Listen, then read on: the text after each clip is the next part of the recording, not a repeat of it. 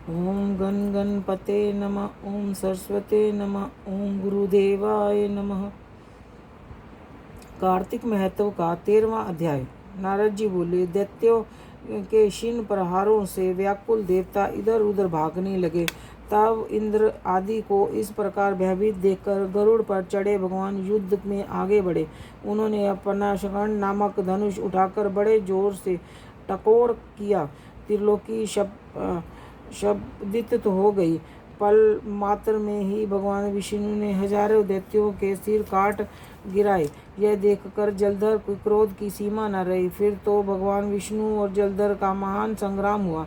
बाणों से आकाश भर गया। लोग आश्चर्य करने लगे।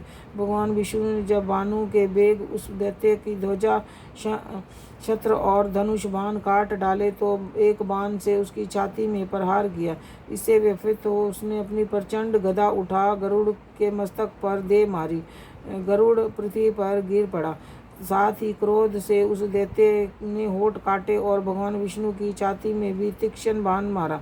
इसके उत्तर में भगवान विष्णु ने उसकी गदा काट दी और अपने शंख धनुष बाण चढ़ा कर उसको बींधना प्रारंभ किया। जलधर भी उस पर अपने पैने बाण बरसाने लगा। उसी समय जलधर ने भगवान विष्णु को कई पैने बाण मारकर वैष्णव धनुष को काट दिया। धनुष कट जाने पर भगवान ने गदा ग्रहण कर ली और शीघ्र ही जलधर को खींचकर मार दी। परंतु अग्निवत अमोद गदा की मार से भी वह चलायमान न हुआ और मंदोमत हाथी के समान उसे जानी गदा की मार को फूल की माला ही जाना।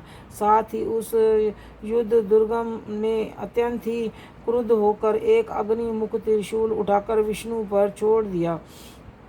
भगवान विष्णु ने शिव के चरणों में का स्मरण कर नंदक नामक त्रिशूल से उसका त्रिशूल को छेद दिया। जलधर ने झटक कर भगवान विष्णु की छाती में मुटिक मारा। उसके उत्तर में भगवान विष्णु ने भी उसकी छाती पर अपनी मुटिका का प्रहार किया। फिर दोनों घुटने टेक कर बाहों और मुटकों से बाहु युद्ध करने लगे। कितनी ही देर तक भगवान विष्णु उससे युद्ध करते रहे। वह कुछ श्रमित से हो गए। तब स्वर श्रेष्ठ मायावी भगवान उस दैत्य राज से मेघ वाणी में बोले, हे रण दुर्गम दैत्य श्रेष्ठ, तू धन्य है जो इस महायुद्ध में इतने बड़े बड़े अयोध्यों से भी भयभीत ना हुआ। तेरे इस युद्ध से मैं बड़ा प्रसन्न हूँ। तू जो चाहे मांग ले, मैं अदेय वस्तु भी आज तुझको दे दूंगा।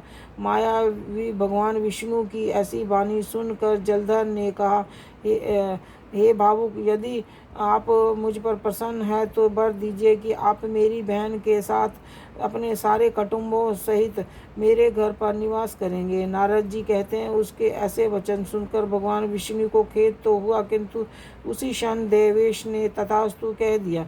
तब भगवान विष्णु सब देवताओं के साथ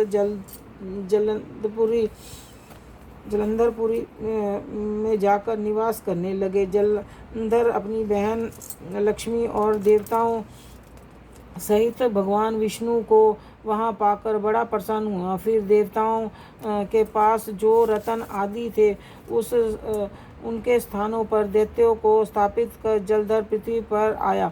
निशुम्भ को पाताल में स्थापित कर दिया और देव दानव यज्ञ गंधर्व सर्प राक्षस मनुष्य आदि सबको अपना वशीवर्ती बनाकर त्रिभुवन पर शासन करने लगा। उसने धर्मानुसार सपुत्रों के समान प्रजा का पालन किया। उसके धर्म राज्य में सभी सुखी रहते थे। 13वां अध्याय समाप्त।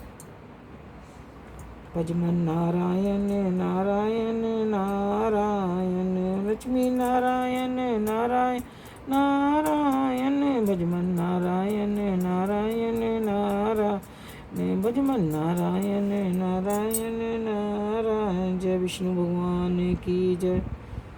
जय हो विष्णु भगवान की जय।